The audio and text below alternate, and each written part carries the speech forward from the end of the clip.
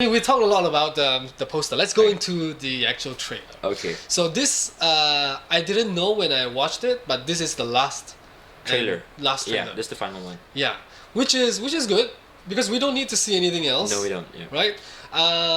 First shot was Rey Jumping in into that, the Star Destroyer. Yeah, but with that helmet. Yeah. Now, that helmet reminded me straight away.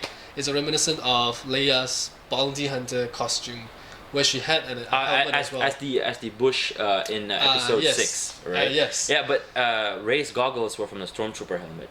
Oh, is it? Where'd you get that from? It was because the Stormtroopers had two visors, right? Yeah. It was the green and the smoky one. Right. And when you pause at the right time, it's the Stormtrooper eyes, the green one on the thing that she wraps around her head. Oh, okay. So because it's going in a direction where Rey is a scavenger, so I would imagine she probably picked it up from a Stormtrooper helmet, worked around it, and that used makes it. sense. So when I saw it, immediately I was like, oh, those are Stormtrooper eyes right there. Right. I saw. I was like, okay. So she went into the Star Destroyer. What was your reaction on seeing that scene? The cinematography, first of all, caught my attention. Completely. It is so beautiful. Yeah, it's a long shot, and you see her jumping down the rope, and everything was silent. Yeah, and it's not like something Star Wars has done before. Yeah. Star Wars is close-ups. It's always doing close-up, but suddenly we have a long shot, and she's kind of gliding down, and you're just like, this is how big this movie is. Right. It's she's inside this huge Star Destroyer. It's completely empty. It's derelict, and there she is. Going in, not knowing what's and she's fearless. She's independent, and it's what they're going for, the new female-led trilogy. Yeah. Speaking of something that Star Wars didn't do last time, and now we see it in this trailer, is that swinging shot from the swooping shot for Finn and Finn and Poe. Yeah, I was pretty surprised. I said that's a very Abram shot. That's it. That's a very Abram shot where kind of goes and curves, and you see both of them, and you're just kind of following the story in a circle. Yep. Right, and obviously you must have caught the lens flare. Oh yeah, of course. That's the first thing I saw. I was like, oh, Abrams, you couldn't let that go, could you? But okay, so after that, what happened after that? It was we saw her and BB-8 walk over the sand dunes. That's Jakku. Which is very reminiscent of that scene where Luke is looking at the Binary Suns set, which is a beautiful homage. Okay. Yeah. And then there's the spaceship flying into the sky. And then we have a close-up of Rey. And then it starts with Finn. Who's taking off the Stormtrooper helmet and is panting. And he said, and that I was born to do one thing. And then I don't have a... I don't know I don't know what's right anymore. Or something. I don't have something to fight for. Something like that, yeah. Which, okay... Did you notice how Finn's out of breath in every shot? Every shot. Yeah. In every shot he's always panting, and I'm wondering, is he asthmatic? I've never thought of that. Yeah, does he have asthma? I'm like, oh man, somebody get this guy an inhaler, not a blaster. But okay, so what did you infer from Finn's dialogue? I was raised to do one thing. But then earlier on, there was already rumors saying that he starts off with the Imperial. He's with the First Order, a stormtrooper, and then he defects and then he joins the resistance. You know what I inferred from his dialogue when he said I was raised to do one thing, is that it kind of hit me that what if the Force Order was recruiting child soldiers? Yeah. He says I was raised to do one thing. Yeah. So because if you in the Clone Wars, the clones were aged from infancy all the way they were accelerated aging. So I figured, what if they repeated that, but instead they hired human soldiers from the moment they're kids? Sure. And he's raised in this institution that tells him that the Resistance are the bad guys, but maybe he did something that he couldn't live with, and he decides to kind of defect, and that's probably why we see his TIE fighter crash in Jakku, and he's coming out with the black Under Armour which every stormtrooper wears. Now the jacket though, where do you think that came from? Yeah, that jacket. I mean, didn't Poe wear one as well? Exactly. Yeah. But this is when his ship crashed and he just walked out with the jacket. Exactly. And now you've seen the Comic-Con footage where Poe is captured by the First Order. I was thinking, what if he just steals the jacket and he kind of just runs away with it and just crashes in Jakku, which would explain when Poe and Finn meet each other. Poe gives him kind of that look, like I know where that jacket's from, Okay. Yeah, like he has that look. It's like, you know, he looks at that Finn. look to me is more like, hey, we're gonna do this together. Really? Because it looked apprehensive to me. Oh really? Yeah. Oh no. Finn looked apprehensive. Yeah, I mean, Right? there was a certain degree of animosity between them. I mean, yeah, Oh. they're on the same side. Yeah, but then from what I saw in Finn's reaction, it was more like there's history between them. Yeah, there. But then it isn't animosity. It was more like, yeah, we're gonna be fighting together. Okay, and- because I interpret it as like, because, you know, they didn't say a single thing, and you Yeah. know, Poe kind of just tapped him on the shoulder, and they looked at each other, But he and smiled though. It was a very friendly smile. it was like a smirk.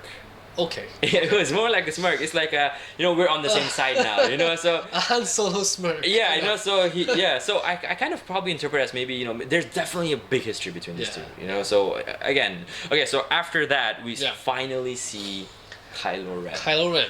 And he his- spoke for the first time. And his voice was amazing, Amazing. right? And it's so scary at the Yeah. same time, you know, it goes like, I will finish what you started. I'm So- just like, man. Okay, what do you think that is? What hasn't Darth Vader finished? Or what did he start? That's a very interesting thing. So, okay, I'm gonna throw in something I read online this Yeah, morning. okay. Okay, there's a theory that, you know, Kylo Ren may be Luke Skywalker. I'm sure you've come across this theory. That yes, I've heard of it. Okay, I and choose not to believe it. I think it's absolutely ridiculous, Mm. honestly. But at the same time, there's a lot of evidence pointing towards the fact that this could be true. Especially the two shots of Kylo Ren, where he's slightly meatier in one shot Uh-huh. and is very lanky in the other. Okay. And Adam Driver is lanky. Yes. Mark Hamill is slightly meaty. So Yes. before I go there, somebody theorized, what if what he says to Darth Vader's charred helmet is that, I'll finish what you started, in the sense that I will bring balance to the Force. Right. You know? And maybe he's out there to hunt down in his mind, you Yeah. know, the light side can't exist. It has to be the dark side. Yes. So he probably hunts down the last Jedi, but which again is Luke Skywalker. So Yeah. which is the conflict? Why would Luke Skywalker hunt down Luke Skywalker? You know? So Is this gonna be a fight club kind of thing? yeah, you know, exactly, right? So I am going with the fact that Kylo Ren is as what he seems. He is Adam Driver. Yes. I can't really buy into the fact that Luke Yeah, Skywalker I will be can't. Kylo Ren. So, okay, so let me ask you this. How do you think he got the helmet? He must have the Darth Vader helmet? Yeah. There's also speculation saying that they are looking for relics in this movie, Yeah, right? yeah, they're- Which is why there's Rey there, Yeah. and then Finn's got the lightsaber hilt.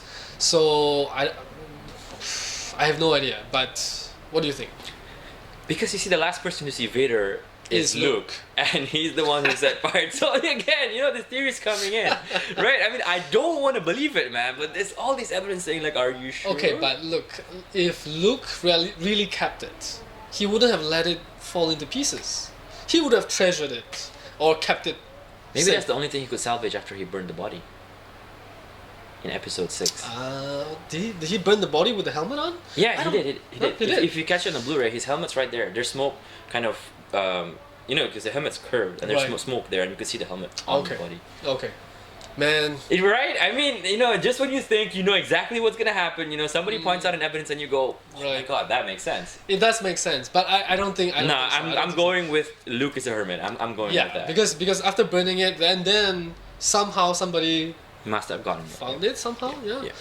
Okay, what's next? After Kylo Ren, we see. Poe Dameron getting tortured. Yeah, getting tortured. That was actually very scary. Yeah. It and you was- see it in his eyes. Yeah, and Kylo Ren, you know, you can't see what he looks like, but Yeah. he's just, you know, he's just like, Yeah. you know, he's got his hands out. I'm guessing it's force torture or something Yeah. like that. And then you see like an entire area of forest just kind of cleared Yeah. out with a red beam, So. which I think is Starkiller base at Okay. work. You know? Okay. Okay. Yeah. Okay. After that, then we go into I think we see Han Solo. Han Solo. It was Finn. Sorry, it was Rey. It was Finn. And then it was Kylo Ren torturing Oscar Isaac. And then it was the Millennium Falcon. Right. It was Right. Millennium Falcon with the Leia and Han theme playing in the background. Yes. And then we hear Rey saying, "We heard stories." Yes. And then suddenly it goes, "It's all true." It's And all you know, true. Han's there, and I just completely lost it when I saw that part. I was like, "No way, But man." okay, this is why I don't think that they are father daughter. Okay. Because you don't see it in this. Yeah, shot. that's true. That's true. Yeah, you don't. Yeah, that's true. You don't see it. Yeah. Yeah. But what you saw was Han Solo. You don't see Harrison Ford. No, Right? that's the thing. You know, That is crazy. recently he's had a tendency to You know, it's like, okay, when I watched Indiana Jones, the last one, Yeah. which was The just, Crystal Skull. oh my god, right? When I watched that, I didn't feel like I was watching Indiana Jones. No. I felt like I was watching Harrison Ford in a Indiana Jones movie. yeah. You know, so when I saw that, it was Han Solo right It was there. You know, all the the way, concerned look, but kind of like I got this kind of vibe. And but it really struck me that, you know, in that world the Jedi are legends now.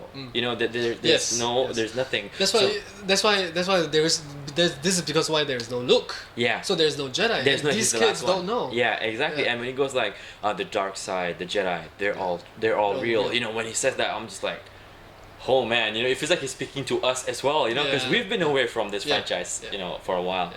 And when he says like, oh, they're all real, I'm just like, oh, yes, they are. Yes, they are. You know, so it's a very, very good way to get us back into the. J.J. Abrams is very smart to use Harrison Ford and Han Solo to bring the old fans back. Exactly, and you know, okay, so after that was we had Rey crying, was it? Well, I think that's further down, but we've got this shot of them, Han bringing Finn and Rey into this place. Oh, into this place that's with all these all flags and everything. There's a robot. Yeah, the red colored robot there. Okay. That one. What do you think that is? It could be a Jedi temple. It looks like it's. Really? It could. Okay. They are looking for Luke. Do you notice how the steps and the inclined structure of that building was reminiscent of the the Forest Moon of Endor generator base for the Empire. Oh man! Right? I mean, like the inclined front of that building reminded me of the Endor base for the Empire. True, that's true. But it looks like it's been lived in for a while with all these flags, right? Yes. So I'm just gonna put it out there. I think that's where they find Maz Kanata. I think it suits. Because I've heard that she's kind of like a space pirate. Oh, okay. You know, so it would explain why there's all these flags out there. It's probably like her collection. Yeah, her collection, right? And this is going a bit into spoiler territory. I think she's the one who has Luke's lightsaber. Oh, really? Yeah, because let's put it out there. That lightsaber that Finn is holding is the one that went missing in Episode 5. Sure, yes. When Vader cut off Luke's hand, it was floating through the chute, and I don't know where it went, but if it's true what we've heard about Maz Kanata until now, she would probably be the only person in the galaxy who could come across something like a lightsaber, a relic from the past. She's a pirate, you know. Because I imagine her to be like one of those, you know, those archetypes in movies who happen to have everything that you want. Yeah, you're gonna just go into like a pawn shop. In the Avengers. Exactly. I felt Maz Kanata gave off that vibe when I first read about her, and you know, I think that's how they get the lightsaber. Yeah. Okay. Luke's lightsaber. Alright. And probably that's what sparks the mission where they have to look for Luke Skywalker. Okay. You know, I mean, that's just my theory. Again, I really hope I'm wrong because I don't want to go into a movie where I figured everything out. You know? Yeah. Okay. So after that, it's the TIE fighter and the X-wing fighting. Oh, dude, oh my god, man, that was just so smooth the way they did it. You know? Yeah. That was so good. I mean, think the action scenes in this movie is gonna be epic. It's gonna be phenomenal. There'll be so many of them. Exactly, and you know, just the amount of, you know, X-wings going off at the same time, you know, and you know how you had the first order troopers kind of waiting for the X-wings across the lake. You know, that was amazing. And then one trooper got shot by the X-wing. Right, directly taken down by an X-wing. We have not seen that before, you know. We have not seen that. Again, okay, so right after that would be Rey crying. Rey crying. What do you think happened? Or you don't want to think about it? I think someone's gonna die. Yeah, that's the sad part. That's the sad part, isn't it? Yeah, because speculations. Han Solo is gonna die, but now we see Chewbacca lying there. Well, we saw the ammo clip, right, of Chewie, and then immediately the next shot you see Chewie and Han doing this, and then they kind of got saved or something. Yeah. And then later on you see Rey so angry firing a gun. And Leia crying. Yeah. So. Okay, your take. Go. That is Chewie. Chewie dies. Man, no, dude, come on. He's the one guy I can cosplay as. Okay, Chewie dies in this movie. Han dies in the next movie, and then Luke dies in the last one. That is what I am guessing. But for this one, let's just talk about this one first. Chewie dies, and that is why I think if we were gonna say Rey is Solo's daughter, and then she grew up with Chewie, and she has that connection with Chewie. Chewie dies. She's so completely destroyed, and then you see that shot of her firing a gun with that kind of emotion. It's like she wants revenge and she's angry. That is... You know, okay, I never looked at it that way. Okay, that's actually a good idea. Okay, here's the thing why I don't know if it's Chewie the one dying, because in the original Return of the Jedi... Trust me when I say I don't want Chewie to die. Dude, nobody wants Chewie to die, okay? I don't think Star Wars is Star Wars without Chewie. You know? Okay, because in the original Return of the Jedi, Lawrence Kasdan's first draft, Han Solo dies. The Empire, the Rebel Alliance is in tatters. Leia uses Han Solo's death as a reason to push forward, and Luke sees all the death and destruction brought about by his father and goes into hiding. Okay. Now, does that sound familiar? Yes. Because Lawrence Kasdan is writing Episode 7. Sure. So, my biggest fear is that he's reliving like the fantasy that he had back then. It's like, oh, let's do that now, you know. So if they kill Han Solo, I'm just gonna be like, dude, when he survived, just let him live, you know. I mean, he didn't die then, so don't kill him now. But at the same time, I feel like there has to be somebody who dies. Yes. You know. Yes. There has So to be. now, Harrison Ford is way too popular for a movie to kill him off. He doesn't want to play Han Solo though. But at the same time, he did. He did, but maybe because they say this is going to be... Probably, but at the same time, don't you feel like Harrison Ford could have died in any movie in the last 15 years, but he didn't. Yeah. You know, he's That's like true, that's true. He's the moneymaker right here. You know, he doesn't look good when he's lying down. You know, so I mean, what I inferred from there was, okay, I'm not even gonna think about who dies because I don't want to get depressed. Rey definitely lost somebody really important. Yes. You know, you're right. Definitely, you're on the money on that. And when she's transformed by the end of the film, you know, through the firing of the gun, and I'm sure you saw the video of her in BB-8, and she's looking at all these Imperial, the First Order, you know, vehicles kind of coming in. At the same time, I think what they're doing is they're giving her the arc that Luke never had, which is the arc of grieving over the loss of someone. Because if you remember in Episode 4, you know, they went to Mos Eisley, was it, with old Ben, and they come over and Aunt Beru's, or was it Uncle Owen's body was burning, you know, and Obi-Wan goes, these are too accurate for some people, you know, and then he goes, only some troopers are so accurate, which is the biggest lie of the franchise, you know. But Luke never got to grieve, you know, he kind of just jumped in, he's just like, oh, let's go, you know. I think that's what they're giving Rey, like a chance to grieve and naturally become a warrior. Okay. You know, so you're definitely on the money on that, but when I saw Leia, on top of completely losing it, I inferred that she hasn't met Han in a long time.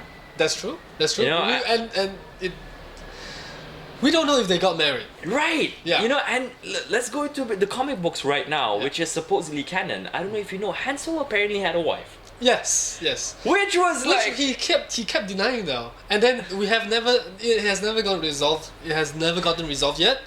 And it's, you know, in the movies, like, okay, let's assume that he got married. I'm like, what, you forgot to tell Leia you were married? I mean, like, you know, you go out for like multiple dates, killing the Empire, destroying what's left of them, but you just happen to forgot to say, oh, by the way, I'm married. You know, I mean, I'm not, like, I can't buy it, you know, I can't buy the fact that Han Solo is married. But let's say, for example, if he is married, that could probably be a reason why, you know, he didn't see Leia. Probably Leia found out, you know, conveniently at the end of, you know. I can't go with that angle because there is just so much that you missed out in the first trilogy. Right. I mean, what, you know, what you guys, you know, you say I love you. I know, you know, when you're about to be carbon freeze, but you could say, by the way, I have a wife. You know, I mean, you couldn't do that. I mean, you know, jerk move, bro. But yeah, okay. So I'm gonna infer that, you know, they probably haven't seen each other in a while. Yeah. But maybe duties took over Leia. She had to go and you know, she's a fighter. She is the first character we meet in Episode 4. Yes. So when you watch Star Wars the first time, Princess Leia is the first person you meet of the three. Yeah. You know, then you meet Luke Skywalker and then you meet Han Solo. So I think Leia is gonna play a bigger part than we actually can think of. Okay. Most people thought that she's just there because she's there, but I think she's like a Grand Admiral or something like that. You know, she's leading the charge. You know, because even at Echo Base in Episode 5. Sure, she was fighting with Han, but her mind was always on the Resistance. She would say, "Oh, you know, do this. Let's get out of here." You know, but at the same time, she's like, "You're a scruffy-looking nerfer." You know, like, let me go sort this out. I'll talk to you later. You know, so you know, she's always a fighter, and that's what I inferred. Which is why you see if Rey's the daughter, then it makes sense. Yeah. Because Rey is this character too. Yeah. Okay, Rey and Poe, yes or no? They get together. No, but the BB-8, you see it on Poe's I see it on Poe's X-Wing. I don't think Rey is gonna get together with Poe for one reason. Poe looks scarred. Do you see he looks like this garish soldier who's been through a lot? And I think it's much more interesting as an angle to just make him a soldier. Okay. You know, make him the Luke. You know, Luke although in episode 4 we saw Leia and Luke kissing, which is still weird. Which still weirds me out. Yeah, absolutely just weird. And they're siblings. But whatever, it's probably acceptable in space. But what I liked most about Luke was that, you know, he had no one. Yeah. You know, and I never really bought the whole Mara Jade thing in the expanded universe. And I was like, Luke's more like a lone soldier kind of thing. I do think Rey and Finn would probably get together. Okay. You know, it looks like they went through a lot. They probably get together, and Poe's kind of just like the, you know, just give me back my jacket, let me get on with this, you know, kind of guy. You know. Okay. Okay. But this is what I want to ask you. Do you remember the second trailer that we had, where there was a lightsaber switching hands? Yes. Did you ever overanalyze that shot? I don't know what to think though. Okay. It could be. Okay, that hand on R2D2, is that Luke? That's definitely Luke. Okay. It has to be Luke, you know. But when the lightsaber is switching hands, on the left side of the screen, it's Leia. It could be. Yeah, it could because be. her vest is the same vest she wore in the trailer. You know that like, thing that goes, you know. Yeah. And I watched the let trailer. me watch that again then. Yes, I watched the trailer and I paused. I was like, no wait, that's Leia. You know, she's got the gray tunic and she's got like the black vest that goes around her. And I was like, oh, that is Leia. So who is Leia getting this lightsaber from? Right.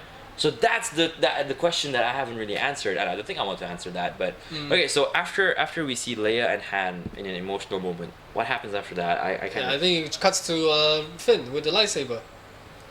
Right, and Kylo Ren just kind of striking things down. And the troopers. he wasn't wearing a helmet. Too. Right, and which was Adam Driver's hair. Yes. You know, it was kind of fluffy and everything, and there was a lot of stormtrooper action going on. Oh, Knights of Ren.